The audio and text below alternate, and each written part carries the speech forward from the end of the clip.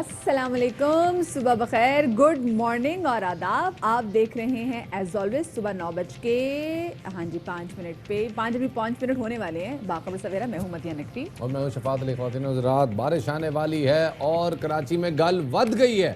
سارے مختاریوں کو میں بتاتا چلوں، گل ود گئی ہے کیونکہ اس وقت این ڈی ایم اے کی جانب سے نالوں کی صفائی کا کام جاری ہے، لیکن بارش کا جو آنے والا متوقع سلسلہ ہے اس میں شدت آتی جا رہی ہے. شفاعت، every one is talking about it, اور لگ رہا ہے کہ جو فرائیڈے اور سیٹرڈے کو جو بارش ہونے والی ہے کوئی یہ بہت ہی طوفان والی بارش ہونے والی ہے. کیا ایسا ہی ہے ویسے؟ یہ جو ماہی آ رہی ہے، ایسا ماہی آ رہا ہے، ماہی آوے گا. میں پھلا نال ترتی سے جاؤں گی. پھلا نال تو نہیں جناب، اس وقت فی الحال آپ کچرا صاف کریں اور وہ جو آپ نے پھول نالے میں پھینکنے ان کو ذرا اوائڈ کریں کیونکہ معاملات تھوڑے خراب ہو سکتے ہیں. شفاعت، یہ جو کچرا پھینکنے کا جو تعلق ہے نا، مجھے لگتا ہے کہ ہماری جو عوام ہے نا، اس کو کافی زیادہ سوشل رسپانسبلٹی کا ثبوت دینا چاہیے. کل ایک ایسا واقعہ ہوا ہے، میں بعد میں کے شو میں شیئر بھی کروں گی، کہ بھائی لوگ اچھی اچھی گاڑیوں میں سفر کر رہے ہوتے ہیں، اچھے اچھے سڑکوں پہ جا رہے ہوتے ہیں، لیکن ایک دم گاڑی کا شیشہ نیچے کرتے ہیں اور جو بھی گاڑی کا کچرا ہوتا ہے وہ باہر پھینکی جا رہے ہوتے ہیں. اپنا کیا کرایا اپنے تک رکھیں، اپنا کیا کرایا اپنے تک رکھیں، یہی نالے واپس آپ کو دیں گے.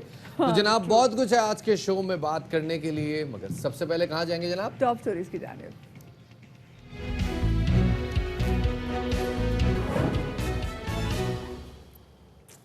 ٹاپ سٹوریز آپ نے جان لی کہ ٹاپ سٹوریز کیا ہیں.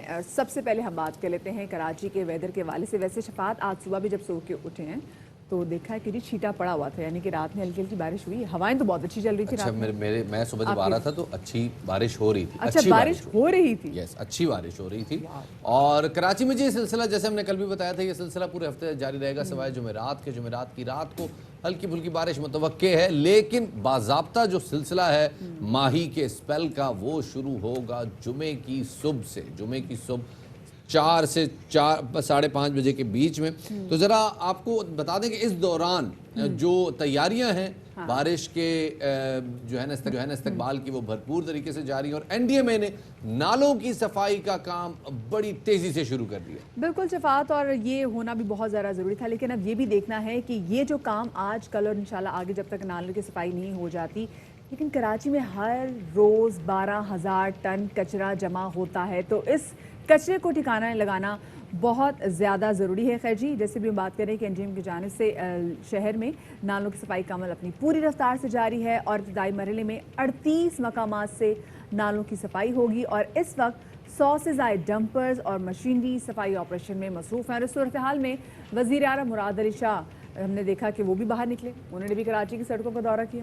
جی جناب، اور پچھلی بارش کی تباہی کے بعد بھی انہوں نے مختلف علاقوں کا دورہ کیا تھا اور یہ اعتراف کیا تھا کہ شہر کی صورتحال قابل اطمینان نہیں. کوشش ہے کہ بارش کے اگلے اسپیل سے پہلے تیاریاں مکمل کر لیں. کیا کہا مراد علی شاہ صاحب نے، آپ کو سنواتے ہیں. تیوم آباد گیا تھا، کی طرف گیا تھا، پھر میں نے شارع فیصل، گجر نالہ، آپ کا اورنگی نالہ، اور ابھی اس وقت بھی ہم پہلا ہوٹل کے ساتھ گجر نالے پہ کھڑے ہیں. پرابلمز بہت زیادہ ہیں. مجھے حیرت یہی ہوئی تھی کہ اس دفعے جو 26-27 جولائی کو بارش ہوئی، ان علاقوں میں جہاں پہ نارملی اتنا پرابلم نہیں ہوتا، کوشش ہے کہ جو اگلی اسپیل 6 تاریخ کے بعد سے آنی ہے اس کے لیے اپنی جتنی تیاری ہو سکے پوری کریں. ہماری جہاں پہ کوتاہیاں ان کو ماننے کے لیے تیار ہیں. دوسری جانب ہم یہ بھی دیکھ رہے ہیں کہ محکمہ موسمیات یہ کہہ رہا ہے کہ جمعے اور ہفتے کو کراچی اور حیدرآباد میں موسلادھار بارش ہونے جا رہی ہے، اور اس بارش کی وجہ سے اربن فلڈنگ کا خدشہ بھی ہے، اور جمعرات کی شام یا رات خلیج بنگال سے ہوا کا کم دباؤ سندھ میں داخل ہو سکتا ہے. جی جناب، اور یہ ہوا کا کم دباؤ صرف سندھ کے ساحلی علاقوں تک محدود نہیں رہے گا، یہ انٹیریئر سندھ میں بھی جائے گا، جس کے بعد حیدرآباد میں بھی بارشوں کے بعد جو ہے سیلابی صورتحال پیدا ہونے کا خدشہ. ہمارے نمائندے افضل پرویز ہمارے ساتھ موجود ہیں، ان سے ذرا جانتے ہیں کہ اس وقت کیا صورتحال ہے کراچی میں نالوں کی صفائی کی. جی افضل، ہم آپ کو دیکھ بھی سکتے ہیں، آپ غالباً اس وقت گجر نالے پر موجود ہیں. کیا رفتار ہے کام کی؟ جی بالکل شفاعت مدیہ، اب جو رفتار کراچی کے شہریوں کو نظر آ رہی ہے نالوں کی صفائی کے حوالے سے، تو وہ پر امید نظر آتے ہیں، کیونکہ سندھ حکومت اور شہری ادارے تو مکمل طور پر ناکام ہو چکے ہیں نالوں کی صفائی کے حوالے سے۔ گزشتہ 25 روز سے جو ہے 48 بڑے نالوں میں سے 14 نالے جو متاثر قرار دیے گئے تھے ان کو صاف کرنے میں مصروف نظر آتے تھے۔ 1 ارب 15 کروڑ روپے ورلڈ بینک سے لیے گئے تھے فنڈ کی مد میں، تاہم کہیں بھی صورتحال واضح طور پر نظر نہیں آ رہی تھی۔ اسی دوران موسلادھار بارش بھی ہوئی اور شہر سیلابی صورتحال سے وفاق نے بڑھایا، تو یقیناً طور پر کراچی کے شہری اس امید سے ان کے یہ امید جاگی کہ اب شاید کراچی کے نالے مکمل طور پر صاف ہو جائیں گے۔ میں اس وقت ایک بہت اہم نالہ ہے گجر نالہ، جو کہ اکثر اوقات بارش کے پانی میں ڈوب جاتے تھے، اس کے اطراف کے علاقے۔ میرے پس منظر میں آپ دیکھ سکتے ہیں کہ 25 روز کے دوران اس نالے کی صفائی کی وہ کارکردگی نظر نہیں آئی جو وفاق نے 1 روز میں کر دکھائی ہے۔ اس وقت 2 ہیوی مشینریاں نظر آتی ہیں، ایک حکمت عملی بنائی گئی ہے، کناروں پر کچرا جو نالے کا ہے اس کو نہیں رکھا جاتا، باقاعدہ طور پر ڈمپروں پر رکھ کر جام چادروں۔ دیکھیں اب 3 روز رہ گئے ہیں، 3 روز رہ گئے اور اس کے بعد کہا جا رہا ہے کہ کراچی میں بڑی دھواں دھار بارش ہونے والی ہے، تو رفتار کیسی ہے اور کون کون سے بھی مقامات ہیں جن پر گجر نالے کے ساتھ ساتھ کام جاری ہے؟ جی بالکل، گجر نالے کے 5 مقامات ہیں، 38 جگہوں پر نالوں کی صفائی کی جا رہی ہے۔ دیکھا جائے تو اس رفتار کے ساتھ ساتھ جو حکمت عملی بنائی گئی ہے FWO کی جانب سے، اس میں مزید چھوٹے نالے جو اہم کردار ادا کرتے ہیں بارش کی پانی کی نکاسی میں، جو بڑے نالوں میں پانی داخل ہوتا ہے، ان کو بھی صاف کیا جا رہا ہے۔ اس کے ساتھ ساتھ آپ میری اسکرین پہ بھی وہ تمام تر اسکرین پہ مناظر دیکھ رہے ہوں گے لوگ، کیونکہ جو ایک مشینری ہے گجر نالے کے ساتھ ایک چھوٹا نالا جو اہم کردار ادا کرتا ہے گجر نالے کے پانی میں ڈالنے کا، تو وہاں بھی صفائی کا سلسلہ جاری ہے۔ اس کے ساتھ ساتھ دیکھا جائے تو آج باقاعدہ طور پر کیونکہ ٹائم کم ہے، مقابلہ سخت ہے، اس صفائی کے دائرے کار کو FWO کی جانب سے مزید وسیع کیا جائے گا تاکہ جلد سے جلد نالوں کی صفائی کا کام مکمل ہو سکے۔ کو FW کے تحت مزید جو ہے وہ وسیع کیا جا رہا ہے، اور وقت کا مقابلہ سخت، بات افضل پرویز نے بالکل صحیح کی، کیونکہ آگے سے جمعرات اور جمعے کو بارش کی پیش گوئی ہے۔ بہت شکریہ جی، ہمارے نمائندے افضل پرویز ہمارے ساتھ موجود تھے۔ اس سے پہلے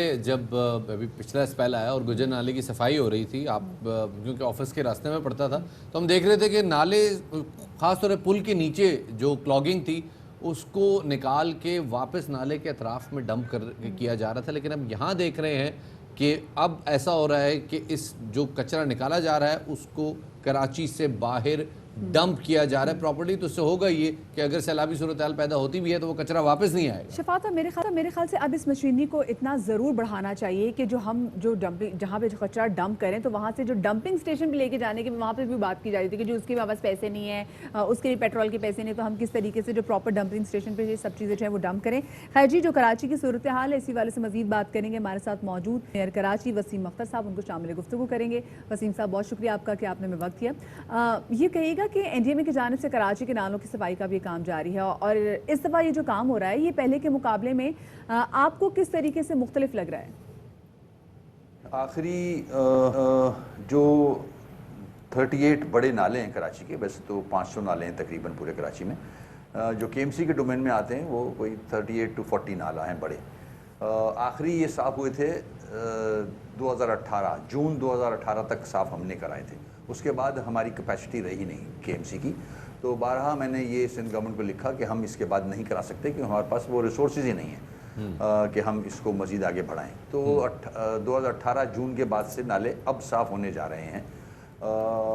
جو NDMA اور FWO پرائم منسٹر صاحب کے کہنے پہ یہ نالے صاف کرنے یہاں آئے ہیں، اور سندھ گورنمنٹ بھی ان کے ساتھ ہے، KMC بھی ساتھ ہے۔ میں سمجھتا ہوں ظاہر ہے مشینری ہائر کی جا رہی ہوگی، NDMA کرے گی ہائر، اس میں جتنی بھی ریکوائرمنٹ ہوئی ہم نے چوکنگ پوائنٹس بتا دیے ہیں، ان کو نالوں کو آئیڈینٹیفائی کر دیا ہے۔ بہتر تو کام ہوگا کیونکہ مشینری ہوگی اور پلاننگ سے کام ہو رہا ہے۔ یہی میں چاہتا تھا کہ KMC کے پاس وہ ریسورسز نہیں ہیں، 4 سال میں نے یہ بات کی کہ ہمارے پاس وہ ریسورسز نہیں ہیں کہ ہم اس کو کنٹینیو کر سکیں۔ صفائی کو, اور پھر یہ بھی بتاتا رہا کہ یہ سلوشن نہیں ہے, اس کا پرماننٹ سلوشن نالوں کا کچرے کا ڈسپوزل ہے, سیوریج کا ڈسپوزل ہے. جب تک کچرے کا اور سیوریج کا ڈسپوزل نالوں سے, یہ اسٹارم واٹر ڈرینز ہیں, یہ بارشوں کا پانی سمندر کو لے جاتے ہیں, تو اس میں یہ دونوں چیزیں ڈال دی جاتی ہیں, چوک ہو جاتے ہیں. سر یہ آپ کا پوائنٹ بڑا ویلڈ ہے کہ یہ چوکنگ پوائنٹس آئیڈینٹیفائڈ ہیں, اور ان چوکنگ پوائنٹس کو اگر کلیئر اپ کر دیا جائے تو سیلابی صورتحال پیدا نہیں ہوگی. لیکن مسئلہ صرف چوکنگ پوائنٹس کا نہیں ہے, مسئلہ ان تجاوزات کا ہے جو نالوں میں تعمیر ہو گئے ہیں. اب ان کا کیا کیا جائے گا؟ اس حوالے سے آپ کو لگتا ہے کہ این ڈی اے میں کچھ کر سکتی ہے؟ یہ بہت بڑا ایشو ہے, میں اس کو ہینڈل کر چکا ہوں, سپریم کورٹ کے آرڈرز موجود ہیں, اس پہ ہم نے امپلیمنٹ کیا کہ نالوں پہ سے جتنے بھی انکروچمنٹ ہے وہ ریموو کی جائے. ہم نے مختلف کے ایم سی کی سڑکوں سے, کے ایم سی کی فٹ پاتھوں سے اور نالوں سے کی, مگر اب ایسی جگہیں ہیں جہاں گورنمنٹ نے لیز دی ہوئی ہیں اور بڑی بڑی بلڈنگز بن گئی ہیں. ہمارے نالوں پہ پیٹرول پمپس بنے ہوئے ہیں. شارع فیصل پہ آپ دیکھیں, لیفٹ پہ جاتے ہوئے سول ایویشن کے 2 پیٹرول پمپ بنے ہوئے ہیں, میکرو سپر مارکیٹ بنی ہوئی ہے, مسجدیں بنی ہوئی ہیں, امام بارگاہیں بنی ہوئی ہیں, مدرسے بنے ہوئے ہیں, یونیورسٹیز بنی ہوئی ہیں نالوں کے اوپر. تو یہ ریموو کرنا ضروری ہے. اب ظاہر ہے یہ مینڈیٹ ملا ہے, پرائم منسٹر صاحب کی طرف سے ملا ہے این ڈی ایم اے کو, اور یہ ضرورت بھی ہے. گجر نالے کی وڈتھ جو ہے وہ 200 فٹ ہے. انکروچمنٹ ہو کے جو ڈسپوزل ہے گجر نالے کا یا اس پانی کا, ادھر 40 فٹ وڈتھ رہ جاتی ہے نالے کی, تو ظاہر ہے گھروں میں پانی آئے گا. نالوں کے لیفٹ رائٹ پہ گھر بھی بن گئے ہیں, تو گھروں کو ریموو کرنا آسان کام نہیں ہے.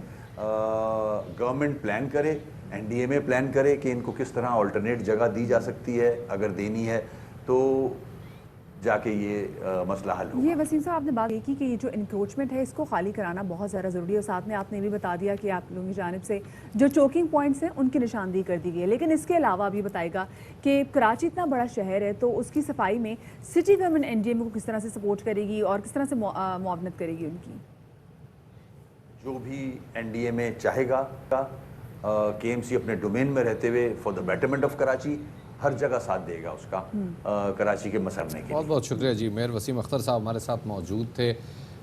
بڑے عجیب بات بتائی ہے انہوں نے کہ جی نالوں کے اندر انکروچ ہو کے یونیورسٹیز بن گئی ہیں, بلڈنگز بن گئی ہیں, مساجد بن گئی ہیں, تو اس کے بعد ڈیفینیٹلی اب سمجھ میں نہیں آتا کہ پھر اگر ایکشن بھی اگر لینا چاہے تو آپ کیسے وہ جو ہیں وہ ایکشن وہ لے سکتے ہیں. اور یہ بالکل اب سمجھ میں نہیں آتی کہ یہ وہ سب سے زیادہ شکایت بھی شفاعت کا دیکھا جائے تو وہی لوگ کرتے ہیں کہ جی ہمارے گھر میں پانی آ رہا ہے, جنہوں نے تجاوزات کی ہوتی ہے, جنہوں نے انکروچمنٹ کی ہوتی ہے, کہ اگر 200 فٹ کا اگر یہ گجر نالہ ہے وہ اس کو اگر آپ کم کر کے 40 نالے میں کر دیں, تو آپ خود سوچیں کہ آپ نے ایک تو اس شہر میں 12,000 ٹن تو روزانہ کی بنیاد پہ کچرا جو ہے وہ جمع ہوتا ہے, اور اس کے بعد جب جس طریقے سے ہم جو پولیتھین کے جو بیگز استعمال کرتے ہیں, جس طرح سے بلاکیج ہوتے ہیں, جس طرح سے چوک ہو جاتے ہیں ہمارے نالے, تو اتنی چھوٹا نالا ہوگا تو شفاعت گھروں میں تو پانی آئے گا پھر. ڈیفینیٹلی جی, یہ پانی جو ہے وہ اپنا راستہ خود بناتا ہے, اور اگر پانی کو راستہ اس کے راستے میں نہیں ملے گا تو یقیناً آپ کی گلیوں میں سے اپنا راستہ بنائے گا. اور یہی وجہ ہے کہ جس کی وجہ سے پورا کراچی جو ہے وہ ایک تالاب کا منظر پیش کرتا ہے, کیونکہ کراچی کے ڈرینیج پوائنٹس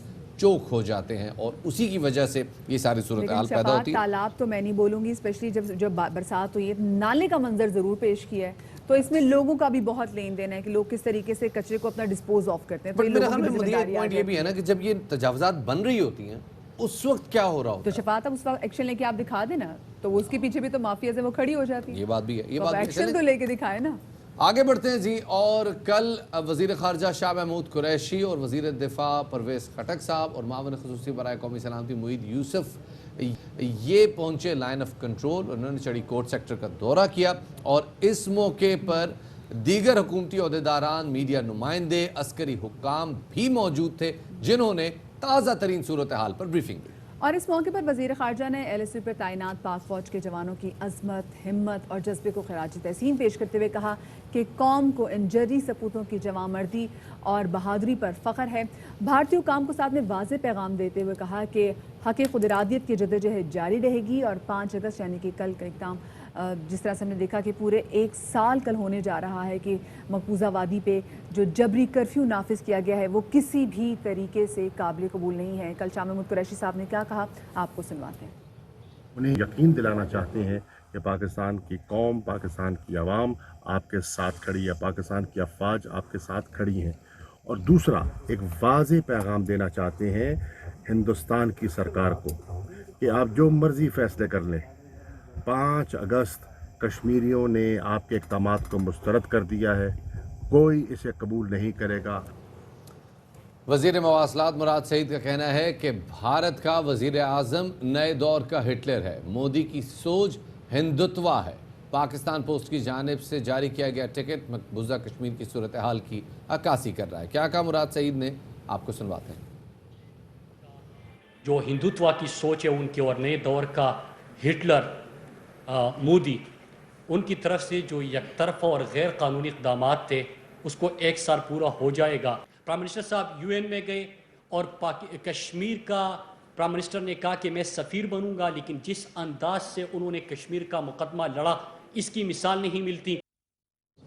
دوسری جانب وزیر اطلاعات شبیر فراز کہتے ہیں کہ 5 اگست کو کشمیری اور پاکستانی دنیا کو بھارت کا اصلی چہرہ دکھائیں گے. تمام پاکستانی کشمیریوں کے ساتھ اظہار یکجہتی کریں تاکہ دنیا کو پتہ چلے کہ وہ تنہا نہیں ہیں. جہاں کہیں بھی کشمیری، جہاں کہیں پہ پاکستانی ہے، وہاں پہ وہ اپنے اپنے تئیں مختلف تقاریب کا انعقاد کریں گے اور دنیا کو بھارت کا اصلی چہرہ دکھائیں گے. اسی حوالے سے بات کرنے کے لیے ہمارے ساتھ موجود ہیں جناب وزیر خارجہ شاہ محمود قریشی صاحب. انہیں شامل گفتگو کرتے ہیں. شاہ صاحب بہت شکریہ ہمیں وقت دینے کے لیے. شاہ صاحب آپ نے آج جو دورہ کیا چڑی کوٹ سیکٹر کا، اس حوالے سے ذرا بتائیے گا کیا دیکھا آپ نے وہاں پہ، کیا اہمیت ہے اس دورے کی؟ دیکھیے آج کا دورہ اس لحاظ سے اہم تھا کہ ہم نے ایک بڑا واضح اور 2 ٹوک پیغام دینا تھا ہندوستان کو کہ جو سیز فائر کی وائلیشنز کر رہی ہیں، وہ لائن آف کنٹرول میں جو آئے دن خلاف ورزیاں کر رہی ہیں اور نہتے لوگوں کو نشانہ بنا رہی ہیں، اس کے لیے حکومت پاکستان نے، افواج پاکستان نے ان کی حفاظت کے لیے ایک پلان آف ایکشن بھی مرتب کیا ہے. لیکن ان کو حوصلہ بھی دینا تھا کہ ہم ہندوستان کی ان کارروائیوں سے مروب نہیں ہوں گے. ہم بالکل، ہمارے حوصلے بلند ہیں اور لوگوں نے قربانی دی ہے، اور جو لوگ وہاں زخمی ملے، جو متاثرین تھے، ان کا جو جذبہ تھا وہ بھی ضدنی تھا. تو ایک تو یہ، اور دوسرا یہ بھی پیغام دینا تھا، اور وہاں میری واپسی میں جو چڑی کوٹ کا جو فارورڈ آؤٹ پوسٹ ہے وہاں گئے. وہاں سے تو ہمیں پنچ جو کرو فلائز 20 منٹ سے لگت سے دور تھے. تو بڑا واضح پیغام تھا کہ پاکستان کی عوام، افواج اور پوری قوم کشمیر کے مسئلے پر متفق و متحد ہے. بالکل. شاہ صاحب یہ کہے گا کہ بھارتی مظالم کے خلاف کشمیریوں کی یہ مزاحمت مسلسل جاری ہے. پاکستان اپنے کشمیری بہن بھائیوں کے ساتھ مسلسل کھڑا ہے، عالمی ضمیر کو جھنجھوڑنے کے لیے مسلسل کام کر رہا ہے، کشمیریوں کے مسائل لوگوں کو بتا رہے ہیں، دنیا کو بتا رہے ہیں. آپ کشمیریوں کی مزاحمت اور جو پاکستان کی مسلسل سٹرگل ہے کشمیر کے مسائل کو آرٹیکولیٹ کرنے میں، اس کی کامیابی کے لیے کتنے پر امید ہیں؟ دیکھیے مجھے تو اس میں کوئی شک و شبہ نہیں ہے کہ انشاءاللہ کشمیریوں کی ایک تو قربانی، بہت بڑی قربانی ہے، ان کی جانی، ان کی مالی قربانی، اس کے ساتھ ساتھ ان کا موقف درست ہے. اور تیسرا دنیا دیکھ رہی ہے جو ان پر ظلم ہو رہا ہے، اور جو اقوام متحدہ کی سلامتی کونسل انسانی حقوق کی جو پامالی ہو رہی ہے وہ بھی اب دنیا کے سامنے اجاگر ہو رہی ہے. تو میرے ذہن میں جتنا مجھے کشمیری متنفر دکھائی دے رہا ہے ہندوستان کی چالوں سے، ان کی ہندوتوا سوچ سے، اتنا ماضی میں کبھی دکھائی نہیں دیا. تو میرا ایمان ہے کہ انشاءاللہ وہ دن ضرور آئے گا جس دن سری نگر کی جامعہ مسجد میں شکرانے کے نفل ادا کریں گے ہم. اچھا یہ بتائیں کہ بھارت نے جو 370A کے خاتمے کے بعد کشمیر کی ریاستی حیثیت کو ختم کیا ہے، اس کے بعد سے کشمیری قیادت کو ہم دیکھ رہے ہیں وہ مسلسل ریزیلینس شو کر رہی ہے، وہ کمپرومائز کرنے کو ریڈی نہیں ہے اور مسلسل مقابلہ کر رہی ہے. کیسے دیکھتے ہیں آپ اس کو؟ میرا کشمیریوں کو بڑا واضح اور مختصر پیغام ہے، آپ تنہا نہیں ہیں، ہم آپ کے ساتھ ہیں.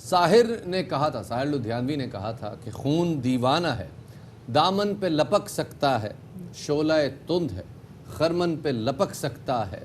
تم نے جس خون کو مقتل میں دبانا چاہا, آج وہ کوچہ و بازار میں آ نکلا ہے. کہیں شعلہ, کہیں نعرہ, کہیں پتھر بن کر. خون چلتا ہے تو رکتا نہیں سنگینوں سے, سر اٹھاتا ہے تو دبتا نہیں آئینوں سے. آج کشمیریوں کی داستان صرف کشمیر تک محدود نہیں ہے. مسلسل لاک ڈاؤن کو 1 سال مکمل ہونے جا رہا ہے اور نیو یارک کے ٹائمز اسکوائر میں اب مظلوم کشمیریوں سے اظہار یکجہتی کا الیکٹرانک بل بورڈ آج کشمیریوں کی حمایت میں ٹائمز اسکوائر پر روشن ہے. بالکل شفاعت, کشمیری لائیوز میٹر اور کشمیر سیج ڈے کے الفاظ نمایاں ہیں اور اطلاعات کے مطابق 5 اگست کو ایک بڑا ٹرک یو این اسمبلی اور بھارتی کونسل خانے کے سامنے بھی لا کر روکا جائے گا اور اس ٹرک پر مقبوضہ کشمیر کے عوام سے اظہار یکجہتی اور لاک ڈاؤن کے 1 سال کے دوران پیش آنے والے انگنت افسوسناک واقعات اور حادثات کو اجاگر کیا جائے گا اور ایک بار پھر کوشش کی جائے گی کہ کسی طریقے سے عالمی ضمیر کو جھنجھوڑا جائے تاکہ تمام تر لوگ یہ دیکھ سکیں کہ کشمیر میں رہنے والے لوگوں کے ساتھ, معصوم لوگوں کے ساتھ, نہتے لوگوں کے ساتھ کیا ظلم ہو رہا ہے.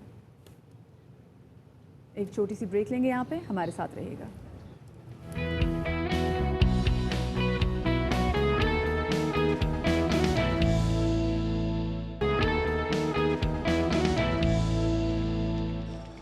بریک کے بعد آپ کو خوش آمدید کہتے ہیں خواتین و حضرات. اور کل مدیحہ میں ایک ایسی مہم پہ نکلا جو کہ بہت مشکل تھی. آج کل خاص طور پہ عید کے تیسرے دن وہ تھا جی میں سبزی لینے کے لیے. اوہو, پھر تو دل برداشت ہو کہ واپس آئے ہوں گے یا پیسے کم پڑ گئے تھے؟ صحیح سے بتائیے گا. نہیں, مجھے لگا کہ اگر میں نے اس سے ادرک بھی لے لی ہوتی نا تو مجھے مکان کے کاغذات اس کے پاس رکھوانے پڑتے. وہ جس ریٹ پہ جا رہا تھا وہ شہنشاہ, مجھے لگ رہا تھا کہ یار یہ اینکرنگ چھوڑ کے سبزیاں بیچنا شروع کرتا ہوں. 400 450 اتنے جذبات میں پینی آپ نے ساتھ میں یہاں پہ گرا دیا, لیکن باقی صرف پینی گر سکتے, لیکن باقی تمام طرح چیزیں ہیں ہاتھوں کے طوطے اڑ گئے. The parrots flew off my hands. بالکل بات صحیح کہہ رہے. خیر جی, جو ڈفرینٹ شہروں میں جو صورتحال ہے وہ جانیں گے. ہمارے ساتھ لاہور سے ہمیں جوائن کریں ہمارے نمائندے احمد کھوکر, کراچی سے ہمیں جوائن کریں گے ہمارے نمائندے انور خان, اور ساتھ میں کوئٹہ کی صورتحال سے ہمیں آگاہ کریں گے ہمارے نمائندے منظور ہمارے ساتھ موجود ہیں. سب سے پہلے تو ہم رخ کریں گے کراچی کا, اور کراچی میں آپ لوگ جانتے ہیں کہ کافی زیادہ ٹماٹر ہو, ادرک ہو, لیمو ہو, ان کی پرائسز کافی زیادہ بڑھ گئی ہیں. تو انور آپ یہ بتائے گا کہ آپ اس وقت یہاں منڈی میں موجود ہیں, سبزی منڈی میں, صورتحال کیا ہے بھائی؟ کوئی چیز سستی نظر آ بھی رہی ہے جو میں 100-200 میں خرید سکتی ہوں؟ جی دیکھیں, اس بنیادی ذمہ داری ہوتی ہے پرائس کنٹرول کمیٹی کی اور کراچی کی ضلع انتظامیہ کی. آج عید الاضحیٰ کے چوتھے روز بھی ٹماٹر, ادرک, لہسن, ان کی جو قیمتیں ہیں وہ انتہائی بلند ترین سطح کے اوپر ہیں. اگر ہم چھوٹی مرچ کی بات کریں گے تو وہ 60 روپے پاؤ یعنی 200 روپے 240 روپے کلو. اگر ہری مرچ کی بات کریں تو 50 روپے پاؤ یعنی 200 روپے کلو. اور ٹماٹر کے حوالے سے بات کی جائے گی تو ادارہ شماریت کے مطابق اب 240 ہو گئے ٹماٹر. اس وقت ٹماٹر 240 روپے فی کلو کے حساب سے ہیں, جبکہ اگر ادرک اور لہسن کی بات کی جائے گی تو ادرک اس وقت 150 روپے پاؤ اور 600 روپے کلو ہے. اور اگر لہسن کی بات کی جائے گی تو لہسن کی بلند ترین سطح 190 روپے پاؤ اور 760 روپے کلو, 760 روپے پر کلو کے حساب سے یہاں پہ لہسن فروخت کیا جا رہا ہے. تو ادارہ شماریات نے جو ڈیٹا جاری کیا تھا اس کے مطابق رواں سال کے گزشتہ ماہ جون سے لے کر رواں ماہ جولائی میں اب تک انتہائی بلند ترین سطح ہے, اور اشیاء کی ان قیمتوں کے اندر 2.50% کا اضافہ دیکھنے میں سامنے آیا. اگر ٹماٹر کی بات کی جائے گی تو ٹماٹر کے اندر 179% کا اضافہ گزشتہ ماہ کے مقابلے میں اس ماہ دیکھنے کے اندر آیا ہے. تو یہ وہ صورتحال ہے کہ اب لوگوں کے لیے انتہائی مشکل ہو چکی ہے. غریب آدمی, متوسط طبقے کا آدمی 10 سے 15 روپے کا ٹماٹر یا چیزیں لیتا ہے تو اس کو منع کر دیا جاتا ہے.